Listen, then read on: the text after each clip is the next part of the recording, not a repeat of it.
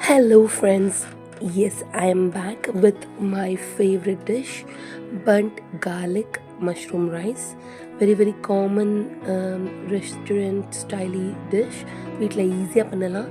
இதுக்கு நல்ல ஒரு கை அளவுக்கு garlic எடுத்து நல்லா ஃபைன் சாப்பாக பண்ணிக்கோங்க.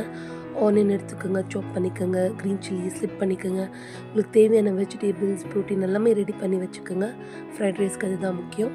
ஸோ இந்த கடாயில் நான் வந்து ஒரு 2-3 tablespoon of olive oil எடுத்து அதில் சாப் பண்ண கார்லிக்கை மாத்திரம் போட்டு பொறுமையாக கோல்டனாக ஃப்ரை பண்ணிகிட்ருக்கேன்.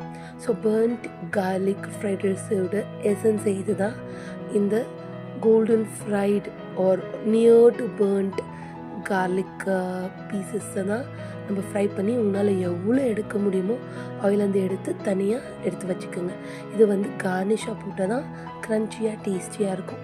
இப்போ அந்த ஆயில்லையே இங்கே வந்து சாப் பண்ண ஆனியனும் க்ரீன் சில்லிஸும் போட்டு ஹை ஃப்ளேமில் வச்சு ஃப்ரை பண்ணிக்கோங்க.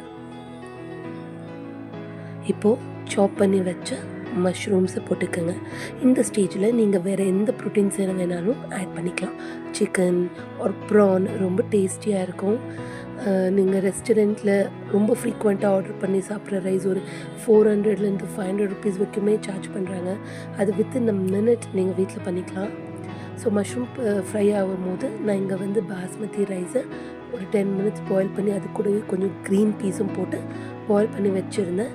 நல்லா ஆற வச்சுட்டு அதை இந்த கடாயில் ஆட் பண்ணிவிட்டு நான் வந்து செசமி சீடு டோஸ்டட் செசமி சீட்ஸை ஆட் பண்ணிகிட்ருக்கேன்.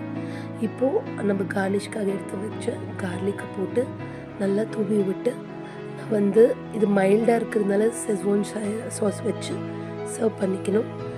ஃபார் த கிட்ஸ் அப்படியே கொடுத்தோம். நீங்கள் ட்ரை பண்ணுங்கள், என்ஜாய் பண்ணுங்கள். பாய்.